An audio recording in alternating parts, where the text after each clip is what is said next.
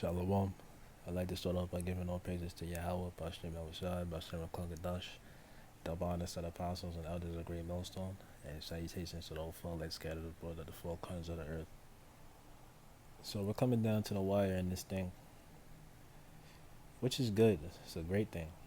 And as we all should know, the world has been going through it with the situation since 2020, and it has gotten to the point where they are very adamant about getting everybody to take the you know what. They want everybody to drink the Kool-Aid.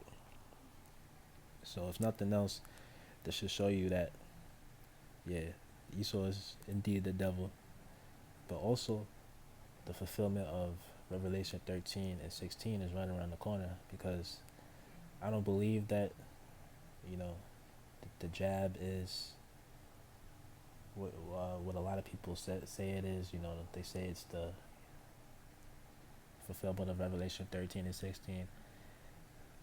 But I believe it's the prelude. It's the prelude before it. So that's right around the corner. So with that being said, you have a lot of people that are copping out, you know, taking the thing just so that they could keep their life in this society, you know, keep their job, you know, so that they can go move on forward with their plans and so on and so forth.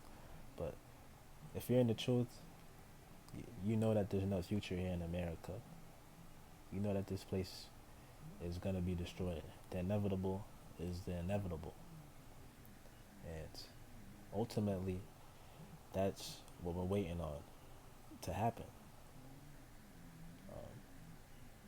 We know that we have a way out. You know, this truth is our hope.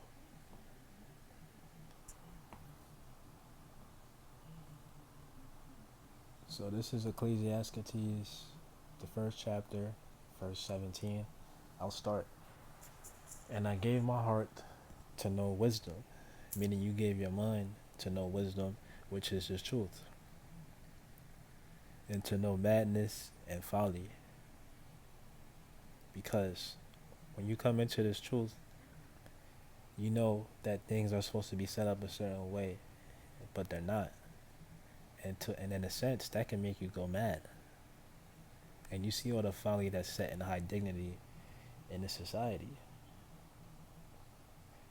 I perceive that this is also vexation of the spirit, right? And knowing what you know, it can vex your spirit. You know, just being here on a day-to-day basis is just vexation of the spirit. You know, brothers have to get up and go to work. You know, your woman might leave you. Brothers got kids, you know, and families to take care of, and it just may seem like it's a constant battle between the flesh and the spirit, and you're trying to walk after the spirit, and then you might feel like you're losing that battle, and that can that can make you feel really anxious. You know, it can give you anxiety.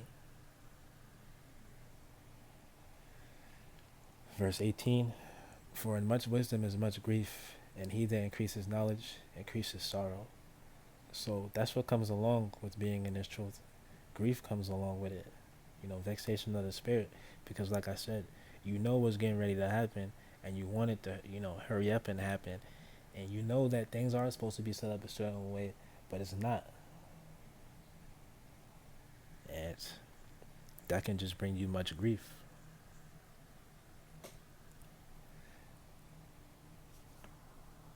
Next precept. This is Revelation chapter 10, verse 9. And I went unto the angel and said unto him, Give me the little book. And he said unto me, Take it and eat it up, and it shall make thy belly bitter, but it shall be in thy mouth sweet as honey. And remember, the little book is the Bible. And once you know and understand the scriptures and the prophecies, you know, it can make you feel perturbed, because, you know, like I said, things aren't the way that they're supposed to be, you know, not yet. And at the same time, it is sweet as honey because you know that there's a way out. You know, we know that there's a reclamation for us as a people. Yahweh Bashim Yahweh Shai is going to redeem us. And we're not going to be in this messed up situation forever. You know, like I said, it's a constant battle being in this truth.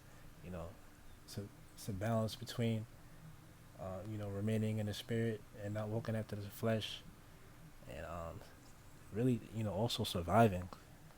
Um, a lot of people fall out of the truth because they lack that inner vision. You know, they don't have that faith, and they just fall out. And that's what we gotta pray for, man. We gotta pray for that faith and that strength to endure, because it really is hard to bear what we have to bear in this society. It really is on a day-to-day basis, and that's why a lot of people um, predicate their happiness or their sanity, so to say, on things that are of the flesh. You know, brothers might fall out of the truth because of a woman. You know, they put all their happiness and faith into a woman, and then that woman might turn around and leave them once certain times get tough, or certain thing might happen, you know, and then people just lose it, man. They just lose it. So life is gonna be hard either way, and it's really that much harder once you're in this truth, because like I said, people have coping. They try to have their coping mechanisms in order to make it through this world on a day-to-day basis, and a lot of people try to make it to where they're set up and live comfortable here in Babylon, when really ultimately this place is getting ready to be destroyed, and it's very, very obvious when you look around and the way things are going in this world and in this society. You know, just recently the president announced the mandates. I did a video about that. So we can see that the prophecies are right around the corner, man. Right around the corner. So verse 10, and I took the little book out of the angel's hand and ate it up, and it was in my mouth sweet as honey. And as soon as I had eaten it, my belly was bitter. So when you come into the truth, you're supposed to, eat this roll, like it says in the book of Ezekiel. And you're supposed to eat the whole roll.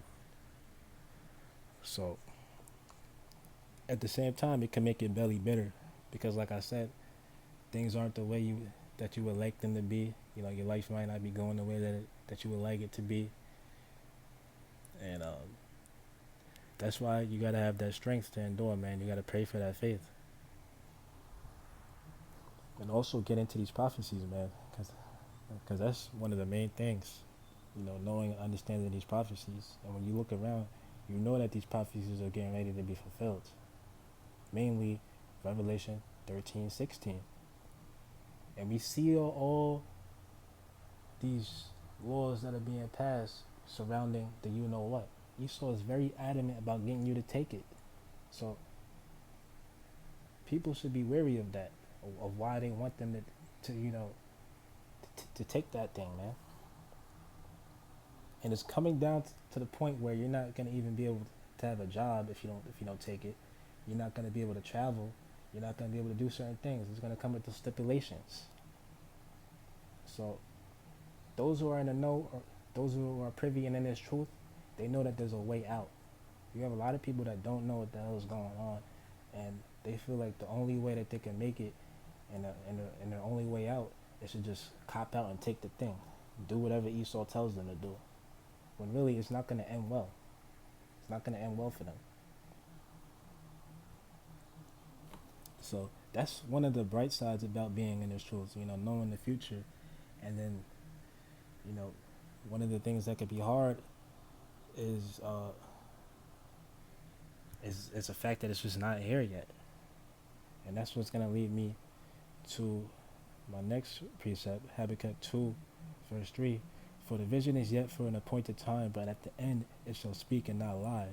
Though it tarry, wait for it, because it will surely come and will not tarry. So the vision is this place being destroyed. Yahweh Bashim Yahweh Shai coming down and just rendering destruction upon this place. And though it tarry, yeah, it might seem delayed, or it's waiting, it's taking too long, but you're supposed to wait for it. Part of being in this truth is having patience. A lot of people lack patience, and they lack that vision of all this being fulfilled, and that's why they fall out. Because it will surely come. Yeah, and this is getting ready. This will happen sooner or later. This will happen. The destruction of this place. You saw. Fulfilling Revelation 13 and 16. Jacob's trouble. All that's getting ready to take place. It may seem like it's delayed or it's taking a long time. You got brothers that have been in this truth for over 10, 20, 30 years, man. Just imagine the patience that they had to have and that they still have. And then to know that these prophecies are right around the corner, they're getting ready to be fulfilled, it's a good feeling. But at the same time, you still gotta have that strength to endure on a day-to-day basis. We gotta take this one day at a time. So these prophecies will be fulfilled. I'll read verse 4. Behold, his soul, which is lifted up, is not upright in him. It's speaking about Esau, but the just shall live by faith. And who is the just? The Israelites. Starting with the elect. We gotta have faith when we're in this truth. We gotta pray that Yahweh Bashim Yahweh Shai gives us the strength to endure. Because it may seem like it's hard to bear what you're going through. You may be going through a bout of depression. You just hate the situation that you're in. But we know that there's a way out for us, Which at the same time, that can make you go mad because it's not quite here yet, but it's close. I keep saying that. So I'm gonna finish up with Isaiah 13 and 9. And this is what's ultimately going to happen to this place, Babylon the Great. And if you're in the right spirit, you can't wait until this happens. Being in the truth, it makes you haste for the coming of the Lord.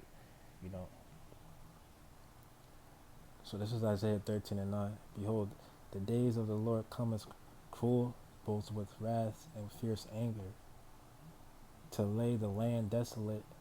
And how is the Most High going to lay this land desolate? Through the ICBM missiles, the nuclear missiles, and also through the chariots, which the people call UFOs, so-called UFOs. They're going to be shooting down laser beams. And he shall destroy the sinners thereof out of it. Verse 10, for the stars of heaven and the constellations thereof shall not give their light. The sun shall be darkened in his going forth, and the moon shall not cause her light to shine. So when the missiles drop, it's going to blot out the sun. There's going to be a lot of smoke that's going up. There's going to be millions and millions of missiles that are just going to be shot down onto Babylon the Great come Armageddon, come World War III.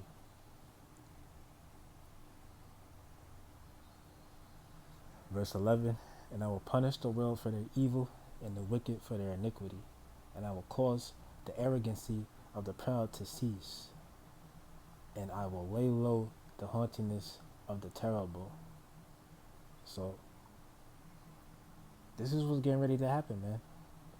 A lot of people, they can't even see this. Their eyes aren't even open. They're blinded to this. They don't understand this. And that's why you got a lot of people that are copping out, taking what Esau is telling them to take, and trying to remain comfortable, so to say, in this society. when really there's no future here, man. Man, if you're in this truth, you don't give a damn if you gotta get off your job. You don't care if you gotta go off the grid,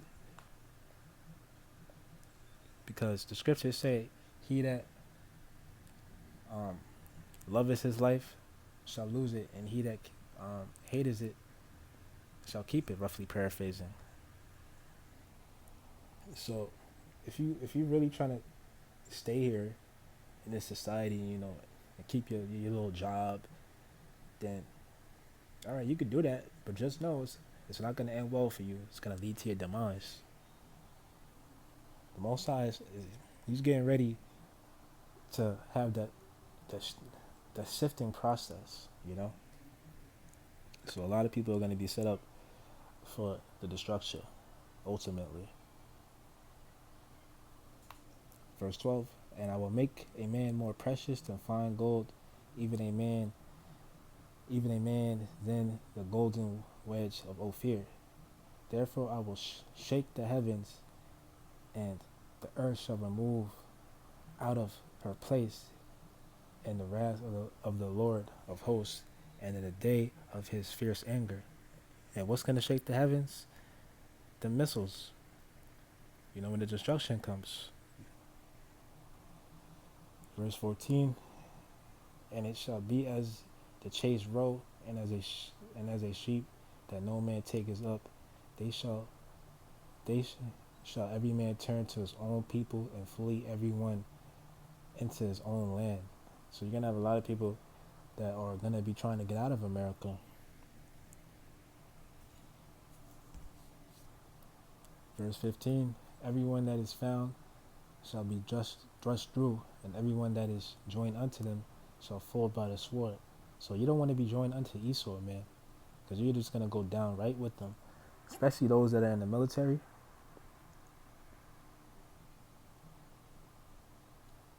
Verse 16, their children also shall be dashed into pieces before their eyes. Their houses shall be spoiled, and their wives ravished. So things are gonna get it bad, man. Behold, I will stir up the Medes against them. The Medes is talking about the Russians, which shall not regard silver, and as for gold, they shall not delight in it. So there's not going to be nothing that Esau can do, America can do to try to make peace. There's a scripture that says that though they might say peace and safety, then shall destruction come. Roughly paraphrasing. I believe that's in First Thessalonians, Second Thessalonians. But there's not gonna be no damn peace treaty that they can sign to stop this destruction from happening. Ultimately, the inevitable is the inevitable. Verse 18, their bows also shall dash the young men to pieces, and they shall have no pity on the fruit of the womb. Their eyes shall not spare children. In Babylon, the glory of kingdoms, the beauty of Chaldees, excellency shall be as when Yahweh overthrew Sodom and Gomorrah. And we all know what happened to Sodom and Gomorrah. It got burnt up. So you might have some people that are bugged out and try to say that, oh, this is talking about ancient Babylon, blah, blah, blah. Well, if you know history, then you know that ancient Babylon was never burnt up. It was just a transfer of power from one people to another. So this is talking about modern day Babylon, which is America. And ultimately, this place is getting ready to be destroyed. So a lot of people, they don't understand this. I'm going to read verse 20. It shall never be inhabited, right, and ancient Babylon, which is modern day Iraq, that land today, is it inhabited? Are there people there? Yes, there is. It says here in verse 20, it shall never be inhabited. So this is talking about a different Babylon. Neither shall it be dwelt in from generation to generation. Neither shall the Arabian pitch tent there. Neither shall the shepherds make their fold there. But wild beasts of the desert shall lie there, and their houses shall be full of doleful creatures, and owls shall dwell there, and satyrs shall dwell there, shall dance there.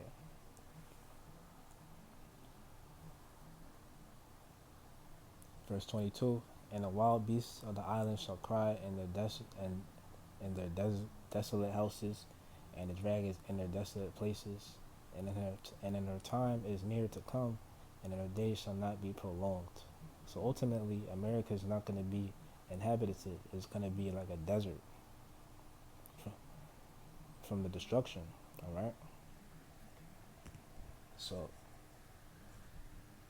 we just gotta, remain strong in this truth. We gotta have faith. Be strong in the Lord, and it may seem like it's hard, to endure and keep going, but man, it's coming down to the wire. Like I said, these prophecies are right around the corner. Things are only gonna get worse. So, with that being said, I hope y'all found this video edifying. Shalom.